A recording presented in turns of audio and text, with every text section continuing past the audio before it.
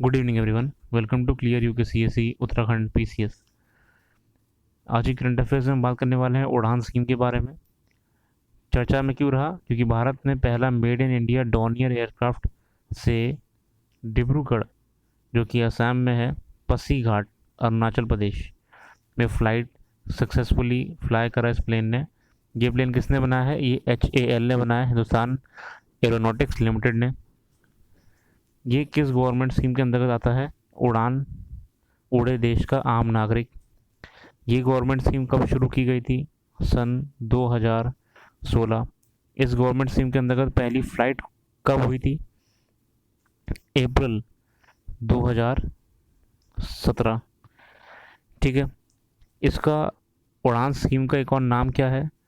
Regional connectivity scheme, RCS। उड़ान scheme का नया रूप या जो इसका सेकंड फेज़ है वो क्या है? वो है IRCS या फिर IACS। ठीक है, IACS इंटरनेशनल, ये इसका इंटरनेशनल पार्ट है। जो आपकी उड़ान स्कीम है, मैं इसे थोड़ा क्लियर कर रहा हूँ। जो आपकी उड़ान स्कीम है ये रीजनल कनेक्टिविटी, मतलब कि जो आपका भारत में राज्य हैं इनको कनेक्ट करना, ज़्यादा से ज़्यादा फ़्लाइट्स रन करवाना, जो कि एयरपोर्ट्स कम यूज़ में आ रहे हैं उनको यूज़ बढ़ाना ताकि उनकी ऑपरेशन कॉस्ट निकल सके। ये सुनिश्चित करना कि टिकट की कॉस्ट ज़्यादा ना हो, इसलिए गवर्नमेंट ने एक बेस फेयर, एक बिडिंग प्रोसेस के थ्रू 2500 रखा है। मतलब कि मिनिमम, अगर आपको मान लीजिए एक राज्य से दूसरे राज्य में जाना है तो टिकट वैसे महंगे होते हैं। गवर्नमेंट प्रयास कर रही है कि कम से कम 50% रिजर्व सीट्स लोएस्ट प्राइस में अवेलेबल हो इस देश के नागरिकों को। रीजनल कनेक्टिविटी, एक स्टेट से दूसरे स्टेट में ट्रैवलिंग को आसान बनाना। अब मैं आपको बताने की कोशिश कर रहा हूँ जो इसका सेकंड फेज़ है वो है international international connectivity.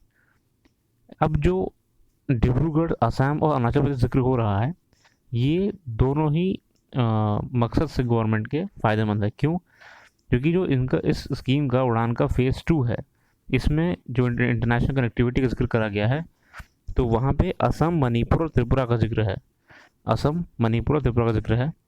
Assam, Manipur और त्रिपुरा यानी कि गुवाहाटी, इम्फाल, अगरतला से इंटरनेशनल फ़्लाइट्स धीरे धीरे शुरू की जाएंगी। कहाँ पे, कहाँ के लिए? बैंकॉक, जैसे बैंकॉक, ढाका, काठमांडू, यंगॉन, हनोई। ठीक है। तो ये हनोई, हनोई कहाँ पे है? वियतनाम में। तो पहली बात तो रीजनल कनेक्टिविटी उड़ान स्कीम से कामयाब हुई हुई है आपकी।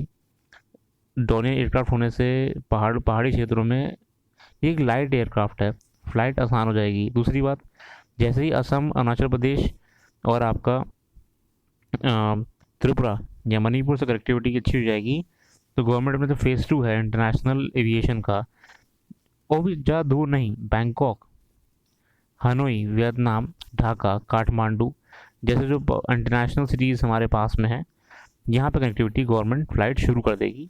तो इससे कहीं ना कहीं नॉर्थ ईस्टर्न स्टेट्स की इकनॉमी भी अच्छी होगी और एविएशन सेक्टर को इंटरनेशनली बूस्ट मिलेगा। 50% सीट्स रिजर्व हैं इसमें, इस स्कीम के अंतर्गत रिजर्व रखी जाएंगी ताकि लोएस्ट प्राइस पे टिकट्स अवेलेबल हों। इसके साथ ही साथ टारगेट रखा गया है गवर्नमेंट के द्वारा कि कम से कम 1000 रूट्स पे रीजनल कनेक्टिविटी स्कीम के अंतर्गत, कब तक? 2024, कब? 2024 तक 1000 रूट्स को कवर किया जाए। 2022 आ चुका है। इससे जैसे फॉरेन कंट्रीज़ में people prefer aviation flights than train. आपने सुना होगा कि US वगैरह में लोग ट्रेन कम प्लेन ज़्यादा चुनते हैं, because it's cheaper, it is fast, time taken is reduce. So it's a new initiative to actually take the nation to a next level. आप बिजनेसमैन हैं, आपको बेंगलोर से मान लीजिए लखनऊ जाना है, तो अब either you go with train, but train का टिकट मायने नहीं रखता है, टाइम जो है वो मायने रखता है। आप सोचेंगे 10 बार कि मैं क्या बेंगलोर से लखनऊ जाऊँ, या ये काम करने के लिए ट्रेन से जाऊँ, कार से जाऊँ। फ़्लाइट्स अगर कॉस्टली होंगी तो हर बार जाना आसान नहीं होगा, मगर अगर रीजनल कनेक्टिविटी स्कीम है तो इससे बिज़नेस को बढ़ावा मिलेगा। आप एक चीप टिकट में आराम से बेंगलोर से लखनऊ जा सकेंगे। अगर इंटरनेशनली ये पॉसिबल हो जाता है तो हम बैंकॉक, हनोई, आपका काठमांडू पास में ही यंगोन जैसी जगह भी जा सकते हैं, जहाँ पे हम ट्रेड टूरिज़्म को अपना, स्पेशली टूरिज़्म को नॉर्थ ईस्ट स्टेट से हम बढ़ावा देंगे। ये उड़ान स्कीम सिविल एविएशन मिनिस्ट्री के अंतर्गत है। बहुत बढ़िया स्कीम है गवर्नमेंट की। प्रयास गवर्नमेंट का इसमें ये है कि मिनिमम टिकट जो रहे 2500, मतलब बेस बेस टिकट, ठीक है ना, बेस फेयर इतना होना चाहिए मिनिमम। देखिए एयरलाइंस कभी भी कम कॉस्ट में ऑपरेशनल रनिंग नहीं कर सकती, बट स्टिल गवर्नमेंट ये प्रयास में है कि कुछ टिकट 50% सीट्स कम से कम, या कम से कम 40% टिकट नॉर्मल सेल के एक डिस्काउंटेड प्राइस में इस देश के नागरिक को मिलें, ताकि वो ज़्यादा से ज़्यादा फ़्लाइट्स प्रेफर करे, टाइम बचाए, अपना काम समय से करे, या घूमने जा रहा है तो अपना समय से घूमे, और देश एक नए डेवलपमेंट की ओर आगे बढ़े, टूरिज़्म बढ़े, बिजनेस बढ़े, एविएशन सेक्टर को रेगुलर फुटफॉल मिले, रेगुलर ट्रैवलर्स मिलेंगे तो खर्चे निकलते रहेंगे, एयरपोर्ट्स की मेंटेनेंस होती रहेगी रेगुलरली। ठीक है, मेंस में ये काम आ सकता है आपके।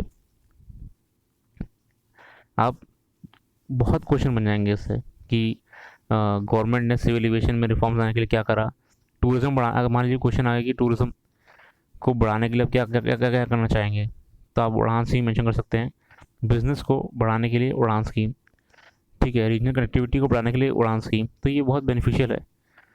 दूसरी बात है, जो एविएशन सेक्टर अक्सर कभी कभी लंबे सफ़र तक, लंबे समय तक एक घाटे में चलता रहता है, इस स्कीम के माध्यम से जब रेगुलर फुटफॉल रहेगी लोगों की, तो खर्चे निकलते रहेंगे, मेंटेनेंस कॉस्ट निकलती रहेगी, and the most best part is that it is a time saving for travelers compared to any other means of transport. That's all for today. Thanks for joining us. Thanks for being part of us. And do share it. Join us on Instagram. Have a nice day.